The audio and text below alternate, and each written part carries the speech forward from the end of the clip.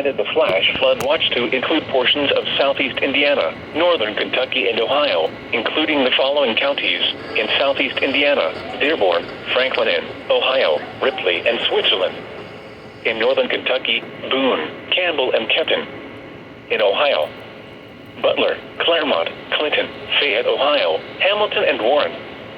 Through Saturday afternoon, repeated rounds of showers and thunderstorms with torrential rainfall are expected today through Saturday afternoon.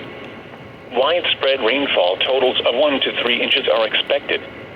Localized higher totals are possible and flash flooding may develop, especially late this afternoon through tonight. You should monitor later forecasts and be prepared to take action should flash flood warnings be issued.